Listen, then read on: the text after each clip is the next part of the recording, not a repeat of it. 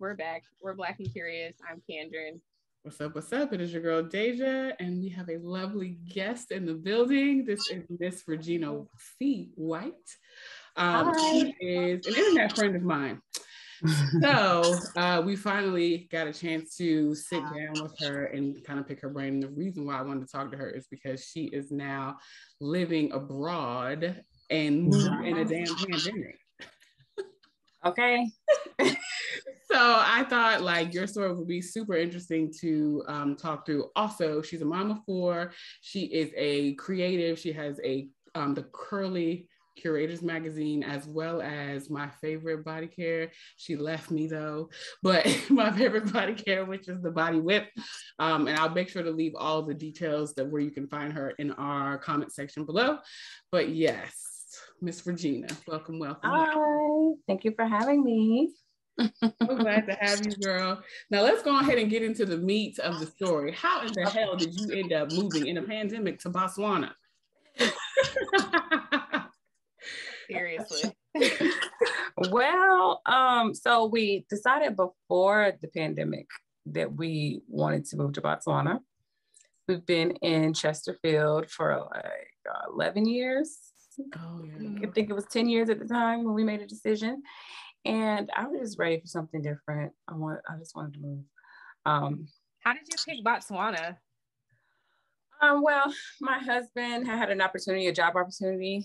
One of his friends from work knew that I was interested in moving abroad, and he told him about the opportunity. He's in the military, and they were looking for someone for this position, and I forced him to apply. Yes, I made him apply because he was just like, he was kind of like on the fence. He wasn't even on the fence. He was just like, no. And I was like, no, like I really would, that would be nice. Let's do it. So he applied and he got the position. And it was about a year-long process of just like getting everything done. Like the whole pandemic made everything a lot more difficult. Just as far as like getting all of the things ironed out and everything, like where we would live and all our passport stuff and all that stuff. It was really hard to do during the pandemic, but it still happened. And we moved last year. I think I hear him coming, so I might have to cut this part out because we just got here. No worries. But we moved in the end of September last year. Wow. I just remember like, would you like to say hello? And I messaged her like, I told you that he was gonna. Hey, husband,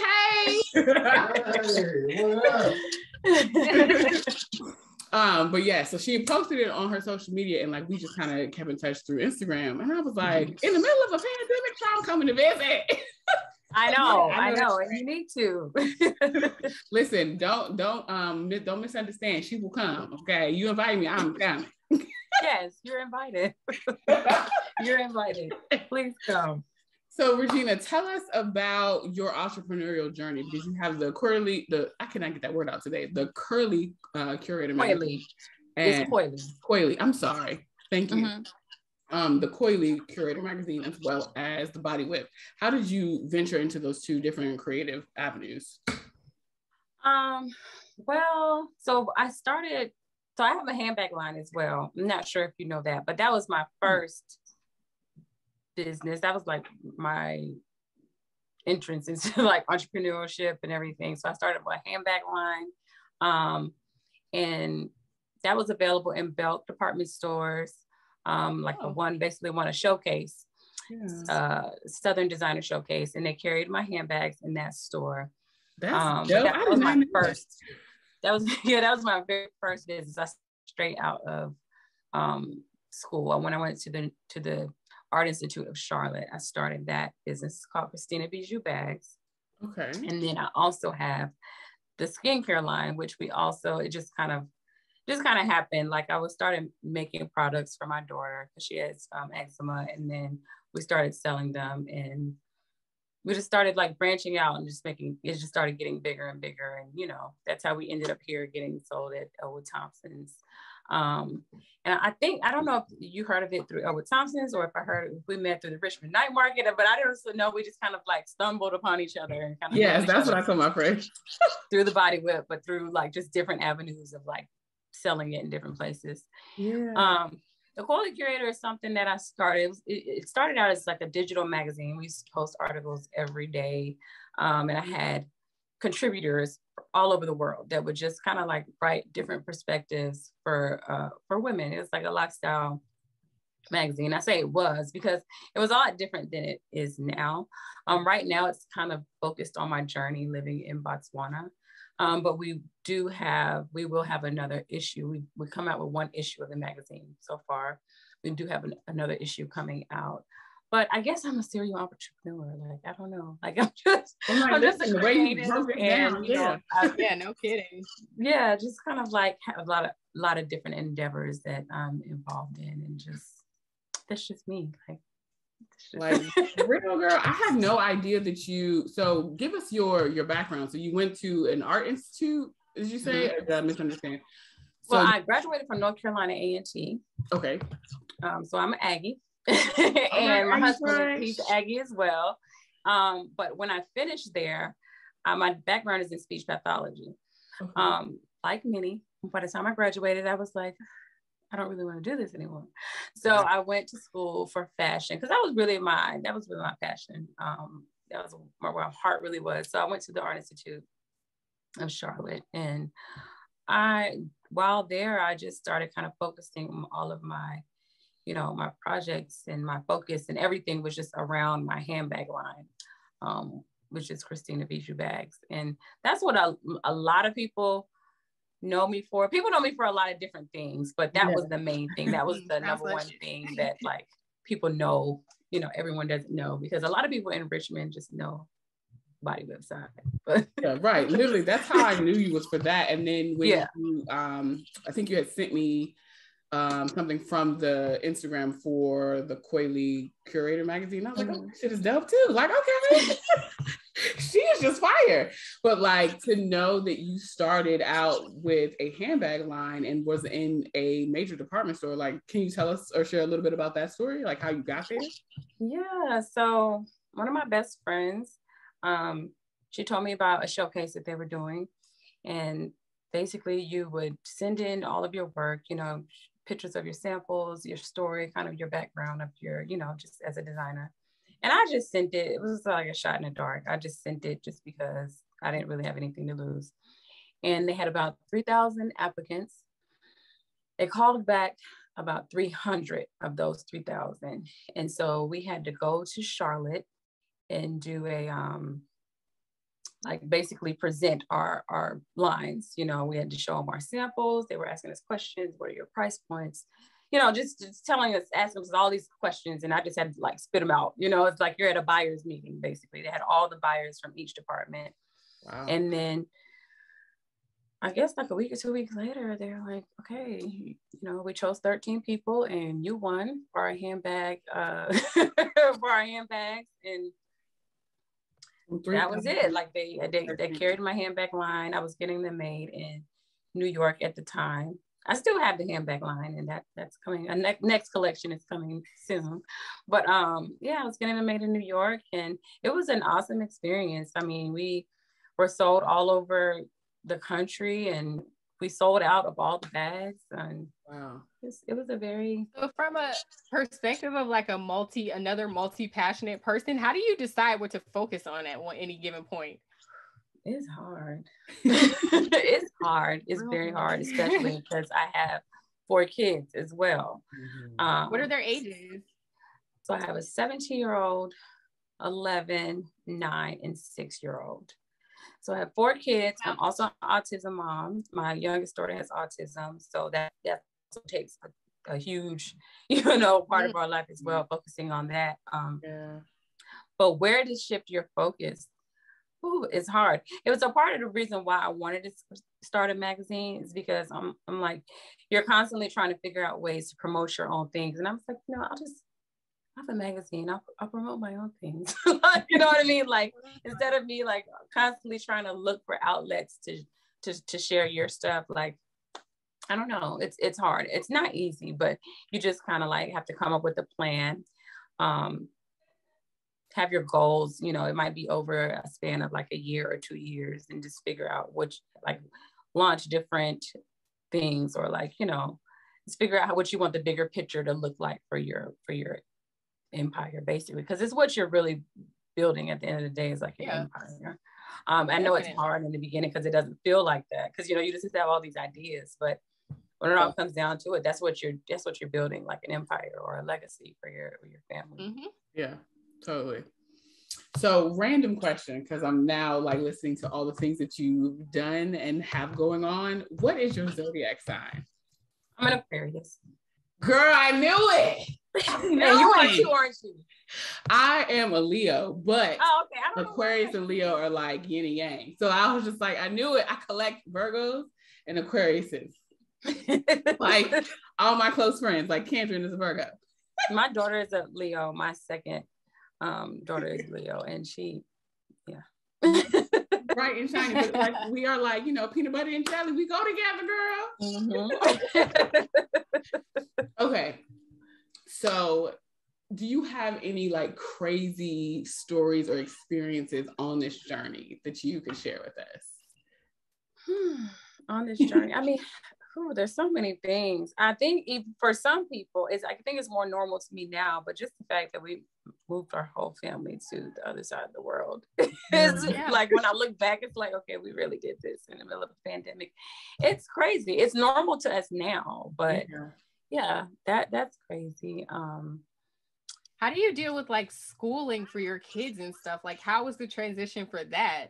Yeah, that was it wasn't that hard. Only because of my husband's job, it's like an easy transition. Like they prepare you for those things. They have people that are there to kind of help with the transition. Okay. The school year was very different because their school years are from January to November. But it was hard because of the whole pandemic. Like they stopped going to school in March, and they didn't really go to school at all. Like they weren't doing anything. So when we went in September, at the end of September, it was really October, they just kind of like started all over again. So they are 6 months behind what they were here, but they didn't do anything here. Those last 6 months because of COVID, it was weird. It's like, it was the perfect time because the whole world was different anyway. Everything was changing for everyone. Yeah. So it wasn't like we felt alone. You know, we felt pretty much like the same things we were going through. Most people were going through at the same time. Were you scared at all in like trying to get everybody into this new place and with the world the way that it was, like traveling with everybody? I was scared. It was just a matter of just trying to get there. Like when we were on the flight, just like it was like 17, 18 hours that we flew. So just making sure that everyone was keeping their mask on and stuff like that. Once we got there, I was like, hallelujah, we made it, because the numbers were so low, like so low. COVID is so much better there. Like, I mean, I can't even, like, the numbers are astronomical here in comparison to what they were there. I think when we got there, they had like 3,000 cases. Child, 600 here. 10 fatalities or something crazy. So when we got there, it was just so much more. We were comfortable. We felt comfortable going out to eat. When you're there, everyone has to wear a mask. You don't have a choice. Like if you're out in public, you have to wear a mask. At that time, they would take your temperature before you went into every store, sanitize your hands before you go in any store. Like it was just very, like everything was just more under control. So for a long time, and even now, we just felt more comfortable, you know. And now I'm back in Chesterfield. I just got here a couple of days ago, and it's like, so you just don't have to wear a mask. It's real weird. Like, I mean, you do, but people aren't wearing masks, and it's just kind of like, they're not gonna sanitize our hands when we go in the store. Like, nah. It's the wild, wild west out here, child. Every man for themselves. It's weird. It's definitely weird going from one place to the other. But for the most part, we were just excited to get out of the house. We were in the house for a long time. I think the pandemic was the best time for us to go, because it was just like a sigh of relief. Like, Yeah. We can do stuff now. For sure. So how did you transition also your business? Like what did you take or leave or she left me with the body whip. Okay, I'm still salty. I left it all. I was willing at that time. I was just like, you know, I'm going on a hiatus and they'll be back. You know, I'll go back to the US at some point. And my customers had already proven to me that they ride for me, because like every time I would have a baby or, you know, have 4 kids, so I would take breaks and I'm like, you know, I'm 9 months pregnant, guys. I can't do this right now. Like, and people will wait. They will wait for me, and they would just come back with the support. So I was like, you know, if they really love it, or I felt like it was a good enough product that after this journey, I could restart. I was just so ready at the time to just do something different. Because you have to remember, at that time, there was a lot of racial tension. There were just so many things going on that I was just like ready to go. Like I was just like, I got to get out of here for a little while. So yeah, it was just a chance I took. But that's why now I'm doing a drop, since I'm here for the holidays. I was like, I'm going to do a drop. Initially, I hadn't planned on doing anything like that. I had already asked her, Kandron, I said, so you coming home, right? Does that mean I can get somebody with? I'm terrible like that. So one of the things I think that also made us kind of connect further was that a video that I made where I was going off because I thought somebody stole my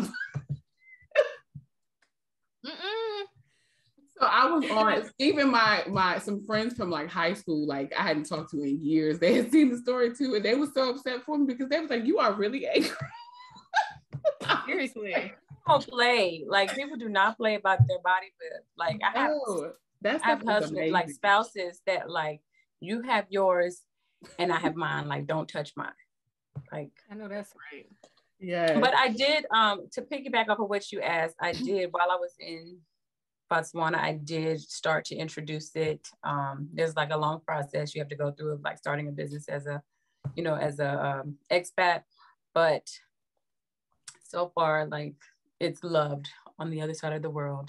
So when I go back, that is on my long list of things. It's to really bring it and go hard with bringing it to that side of the world, because right now that they're loving it. See, Regina, that's shade, okay? Because I was already asking her when she started setting up, because I follow all of her stuff now, but she started setting up the vegetable beds, and I was like, so we go get some body whip. Can you mail that from there? Like, the annoying customer, because I met her in person and we clicked really well. I feel like I could joke. We did.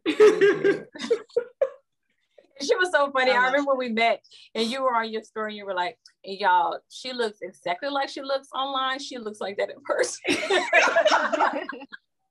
Like, she's not a catfish, y'all. And like, this is genuine. Like, it's hard when you meet somebody through social media and you don't necessarily know them. So when you meet them in person, it's just genuine energy. Like, yes. So yeah, I had to share, like, she is who she is and she's great and I love her. She looked like herself. Okay, what you saw is her. Okay. Y'all know I'm an idiot. So how long are you planning to be in Botswana? Like, do you have a time frame on it, or? Yeah, so we're supposed to be there until 2023. Oh, wow. Okay. Yeah. That's cool. Are you looking to do like more abroad living, or are you guys going to come back to the States? We're still trying to decide. I don't know, because it feels good. Like, just being here, I'm like, oh my God, I can go to Chick-fil-A and Target. And like, you'll be surprised. Just going to Walmart, like, you can get anything. I'm going to find out. I'm coming before y'all leave. You're gonna find out. You're gonna see. Like, I don't know. It's just very different living here and living abroad. But I don't know if we're finished with the journey yet. So yeah. I think we're gonna find out soon whether we're ready to come back or not. What do you think would be your by that time you might be?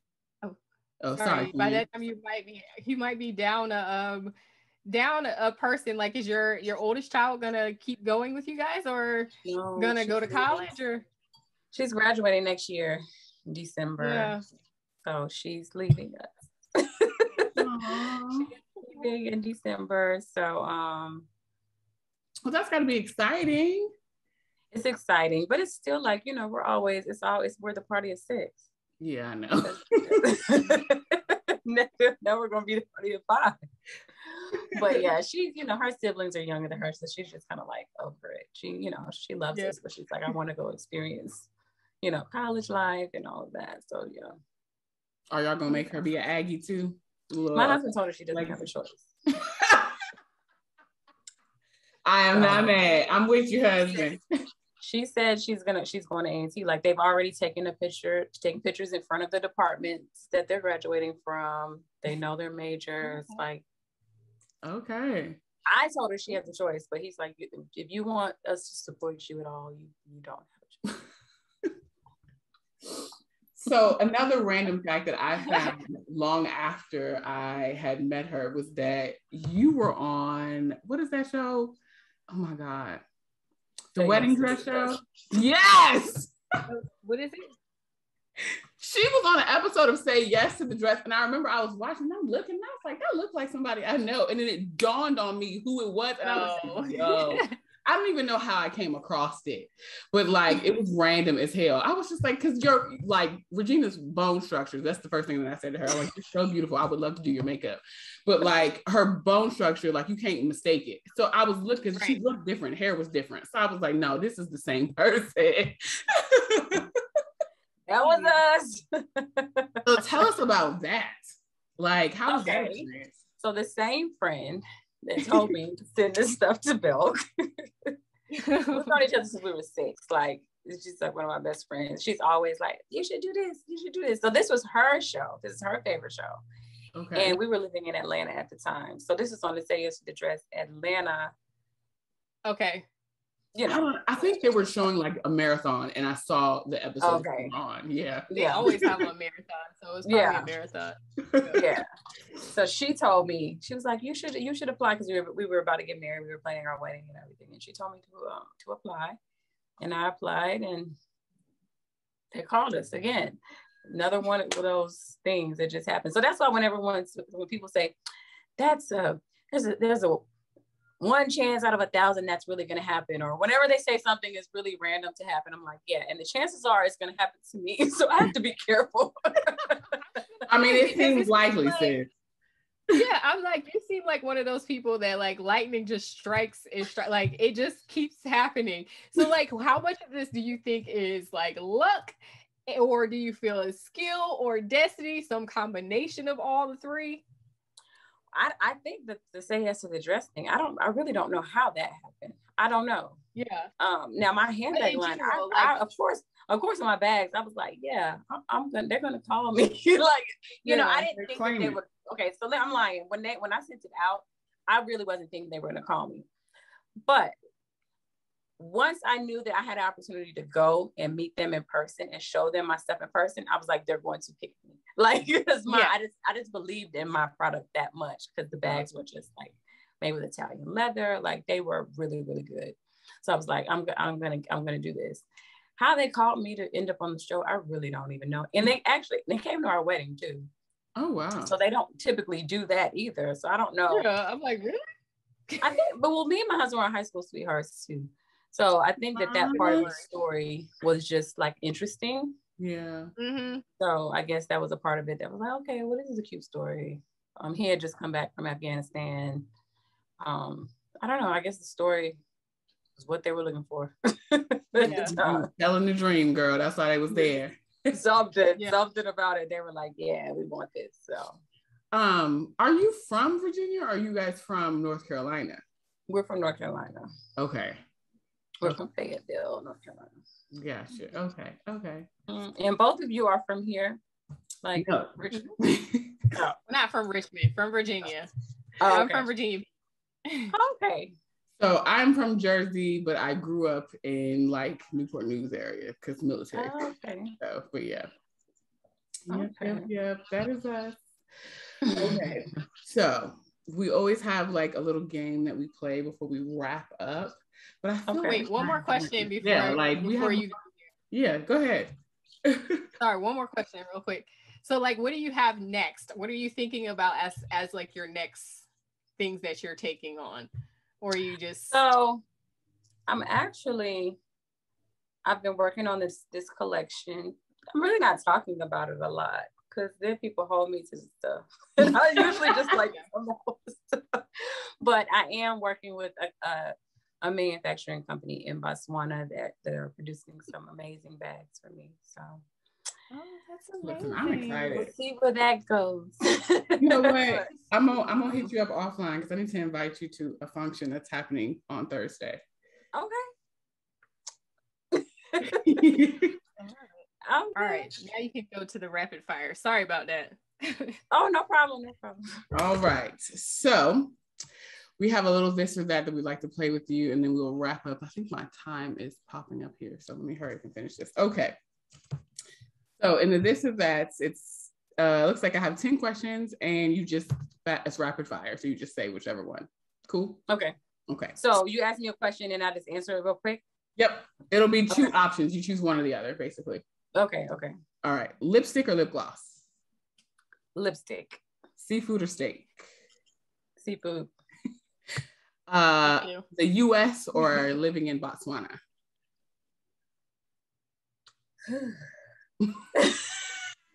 I'm gonna have to say Botswana. All right. Jay-Z or Nas? Jay-Z. Beyonce or Rihanna? Say that again. Beyonce or Rihanna? Rihanna. Oh, yes, Regina. Yes. Navy over here. Yes. Go on. Old school parenting or new school parenting? Can I pass? No. Because we're both. We're both. Old school, I guess. Old school. Okay. Like new school until I gotta be old school. Yes. The Caribbean or Europe? The Caribbean.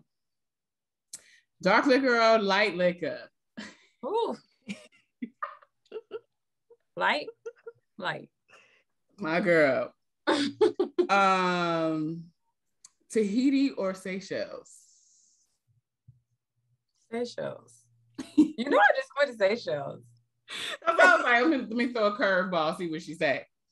All right. So, and the last one I have is fashion and beauty content creation or family fun time content creation. Family. I love that. Because I don't know how to do my makeup. That's real. That's what I need you for. Girl, I don't ever do my makeup either, except for when we're recording. So, you know, same life, sis. All right. Well, thank you for joining us, Regina. It was a pleasure to get to know a little bit more about your story.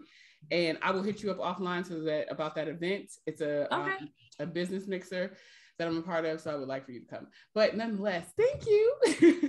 And tell everyone where we can find you if there's somewhere that you would like us to be purchasing from you. Yes, I definitely will. The drop is coming on, well, I don't want to say the 15th, but I'm shooting for the 15th. But okay. Just let me know and I'll put your information in the description box when you're ready to go. And then also I'll add the socials that you have, but which one would you like? Is there anything? You can just use mine, Regina's C White, because you kind of like get to everything from there. So. Yeah, it's basically the hub. All right. Well, thanks, guys. Thank you, ladies. Thank you for having me.